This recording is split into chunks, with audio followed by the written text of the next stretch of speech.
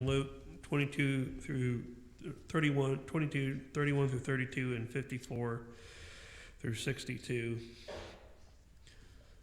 Simon, Simon, behold, Satan demanded to have you, but he might sift you like wheat.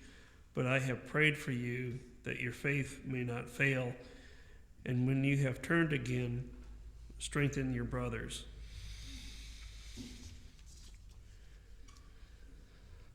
Then they seized him and led him away, bringing him into the high priest's house, and Peter was followed at a distance.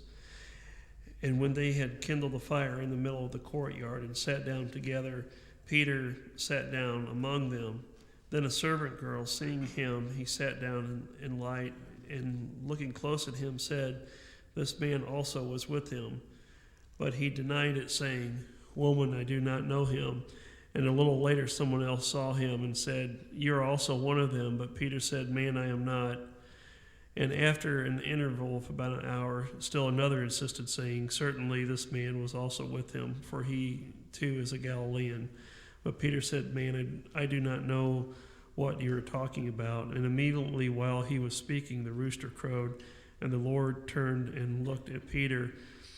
And Peter remembered the saying of the Lord, how he had said to him, "Before the rooster crows today, you will deny me 3 times." And he went out and wept bitterly. Please.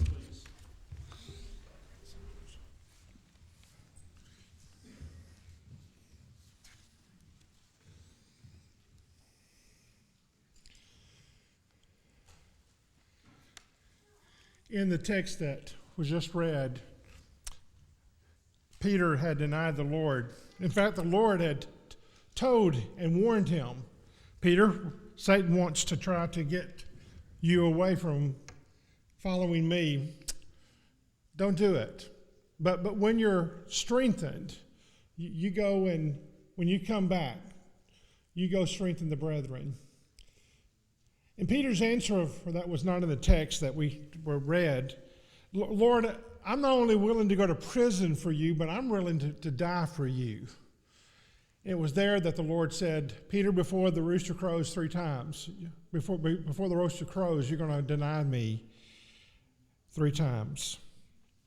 Peter failed, as do we. And I guess the question that we want to look at this morning, is it possible to learn something from our failures of life? Every one of us in this audience, of any age and maturity at all, have tried and failed, and have tried and have succeeded. What are some lessons to be learned at the beginning of a new year about failure? Coach John Wooden, the famous UCLA coach of yesteryear, said, "Failure is not fatal, but failure to change might be." John F. Kennedy's brother Robert said, "Only those who dare to fail greatly can ever achieve greatly." A man by the name of Dennis Waitley, who is an American motivational speaker, writer, consultant. He's known for writing the books The Winner's Edge and Seeds of Greatness. He has an audio series known as The Psychology of Winning. And this is what he said: "Failure should be our teacher, not our undertaker. Failure is delay, not defeat. It is a temporary detour, not a dead end. Failure is something we can avoid only by saying nothing, doing nothing, and being nothing." And it seemed like my voice just got, this is working. Anyway, the point of the matter is, failure is something that every one of us will achieve in life. The famed inventor Thomas Edison said, "I've not failed, I just found 10,000 ways that won't work." And that was true about his inventions. But I'd like for us to understand today that failure eventually, if we continue to persist, will equal success. Just because troubles are ahead of us and difficulties we have to deal with does not mean that one should not be afraid to continue to try and hopefully to succeed. These things are not the opposite of a productive life. Because anybody that's ever succeeded in something can tell you that they likely failed first before they ever succeeded. Troubles, difficulties are parts of what makes ultimately one that is successful and productive in life. Failure should not be seen as the opposite of success. It should be seen as the vital ingredient. And you see, a lot of times we wouldn't think about that. Well, how did you succeed in life? How did you become the phenomenon that you are? And most of us would probably not say, well, I failed a lot of times. But we all have. Because anybody that's ever been anybody when it comes to success understands that first they likely failed. Walt Disney was fired by a newspaper editor early on in his life because the newspaper editor said that he did not have much creativity in regard to his writing. Later on, he was bankrupt several different times before he eventually became the builder of the great Disney empire. Albert Einstein was described by one of his teachers as being mentally slow and was denied access to a technical school that he wanted to attend because of that supposed mental slowness. Winston Churchill flunked out of the 6th grade and was defeated in every election that he tried for public office that he ever tried to attain until he finally became the Prime Minister of Britain at the age of 62. Ludwig van Beethoven. His teacher said that he was hopeless as a composer. Louis Pasteur was eventually the first person to discover that bacteria produces disease. But yet, do you know that he was ranked 15 in his chemistry class of 22? He was not a top 8th grade student. Leo Tolstoy, the writer of War and Peace, he flunked out of college and was described as being unable to learn. Joseph Salk attempted 200 different vaccines for polio until he found one that worked. Someone asked him on one occasion, how did it feel to fail 200 times trying to invent a vaccine for polio? His response, I never failed 200 times at anything in my life. My parents, my family taught me to never use that word. I simply discovered 200 ways how not to make a vaccine for polio. R.H. Macy failed 7 times before his store in New York City caught on. English novelist John Creasy received 753 rejection slips before he published 564 books. The great Bambino, Babe Ruth, struck out 1,330 times, but he also hit 714 home runs. Anybody that has ever become great in their field understand that they also failed in order to get there and receive success. If we want 2020 to be a great year for us individually, as a family, most of all, as God's people, we've got to be willing to practice what Jesus said in Matthew 5 and verse 41. And if anyone forces you to go 1 mile, go with him 2 miles. I don't know who wrote it. The famed author Anonymous said these words: "To laugh is to risk appearing the fool. To weep is to risk appearing sentimental. To reach out to someone is to risk involvement. To expose your feelings is to risk exposing your true self. To place your ideas and your dreams before the crowd is to risk their loss. To love is to risk not being loved in return. To hope is to not risk despair. To try is to risk failure." Wonder what Jesus meant. When someone forces you to go 1 mile, go with them 2. It likely was referring to the Roman soldier example of them compelling a Jew there in their community, in their city, in their area. You could actually stop a Jew on the side of the road or at a business or whatever and force them, carry my pack. And they would do it at 1 mile. And then likely because of their lack of love and respect for them would drop it down and go on back about their business. Jesus said, look, if they're going to ask you to go 1, why don't you go 2? You see, the greatest failure of all is to risk nothing. Now think about that.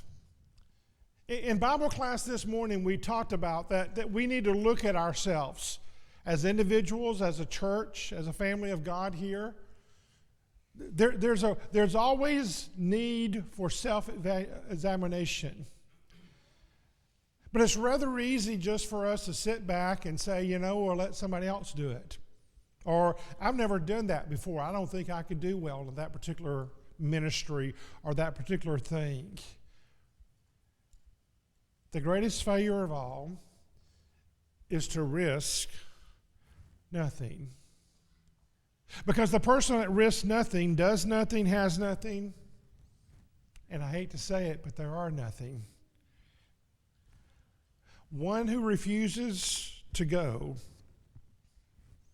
you don't learn, you don't feel, you don't change, you don't grow, you don't love, and you don't live. We're proud of our kids that go from here to college or technical school or begin a business and do well in it. And they can certainly tell you that there are times and there are days and there are events that they think about, is this really worth it? Do I really want to do this? What if? And we start the what ifs, and therefore we begin to talk ourselves out of trying to do something that we feel like that we want to do.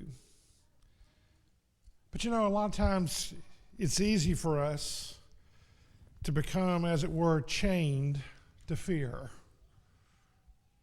We talked about this morning in our Bible class that 1-talent man. It wasn't wrong for him to have the 1 talent. It was wrong for the way he handled it. Because of fear, he took that and buried it.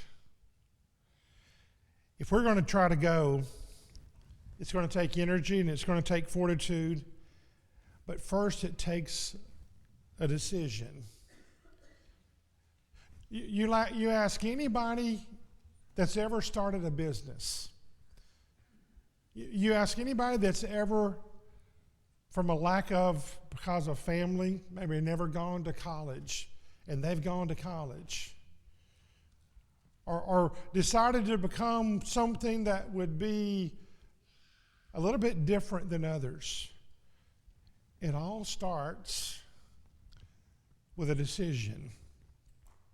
And the same is true in regard to the child of God.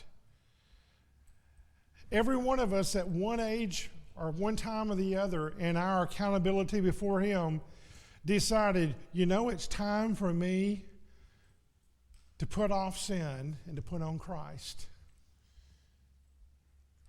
It's time for me to become a New Testament Christian. It's time for me to say no to the things of life that I need to get away from anyway, to become what God wants me to become.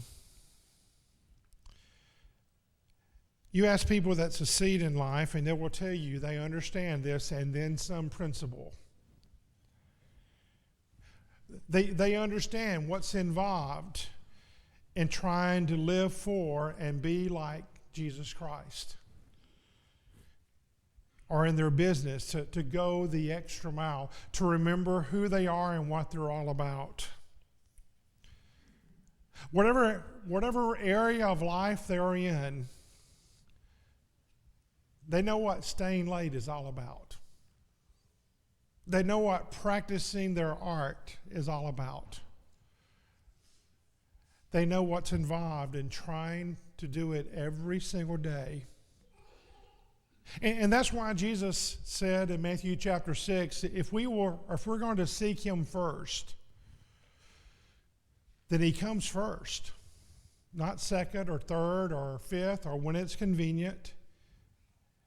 He comes first. And that's true when it comes to members of the Lord's church.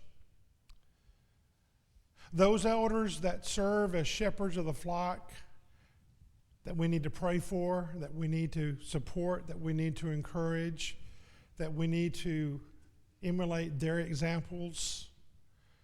Ministers, deacons, church members, well, you name it. They do so because they understand it's not how little I can give to the Lord that matters. It's how much that I can give to the Lord. And they don't do it for the wrong reasons. Those who are biblically successful. They don't do it to pat themselves on the back, to have their name in the bulletin, to have their name announced publicly. They do it because God wants them to. Because Jesus has commanded them to. And because the church needs them to do what they do. That's what it's all about, brethren. And it's easy at the beginning of the year to say, well, I'm going to do better at, and then fill in the blank. And that's well and good. But we can make a lot of resolutions that we don't follow through with because of discouragement, because of other things getting in our way, because of even family matters, and other such things that after a while we begin to say, well, at least I'm better than. And we mentioned, or we have in mind names of individuals that aren't doing what they need to be doing, so therefore we pick their example and we say, well, I'm better than they are, so I guess I'm okay. That's not the way God wants us to be. But you see, they work, elders and deacons and ministers and Bible school teachers and church members work because they realize that they're involved in the greatest work in all the world. And it's a work that's going to transcend us. One of these days, each one of us in this audience this morning are no longer going to be here. And I'm not talking about moving away from here. I'm just talking about we're not going to be here in this world. Because no one ever born has ever escaped death, save just a couple of very special people, most of all Jesus Christ. And since that's the case, then I've got to make my mind up with all the time that I have left, realizing that we have no ability to control the time we have left. in some ways. I want to do what's right. I want to be where God wants me to be. I'm going to resolve to fail so that I can succeed. Something's going to be said later on after the end of our service about this. But you know, at that West Freeway congregation in Fort Worth, Texas, those brethren were there that day having no idea at all that violent, evil, terrible thing would take place in the middle of their service. In fact, in the middle of the Lord's Supper service. And there were folks that were not there because of sickness. And there were folks that perhaps were traveling because of the holidays. But the folks that were there will never forget that day or that event of history. But the point of the matter is they were there to worship God, just like you are here to worship God. And it may have, and perhaps probably for some individuals in this audience this morning, it took the extra mile for you to be able to get here. We're grateful that you are. It reminded me yet again, as George prayed for all the different ones by name. I don't know how many there were, 30, 40 individuals. You want to know where they are? You want to know where our members are? A lot of them are sick. A lot of them are in ailing health. A lot of them are unable, literally, to be able to attend these services as they would like to do so. But the point of the matter is, we've got to have an attitude and a disposition that says, regardless of whatever else can get in my way, and you know, the devil has a way of getting things in our way. I want to succeed. I may fail at times. I may not make it next Sunday, but that's not going to mean that I'm going to change the next Sunday about my attitude and my disposition to be here. Paul understood the never give up principle. In 2 Corinthians chapter 7, listen to what Paul says. But we have this treasure in jars of clay to show that the surpassing power belongs to God and not to us. In other words, Paul was saying, look, jars of clay or little ceramic jars that can be broken. They can be easily disposed of. They can be done away with.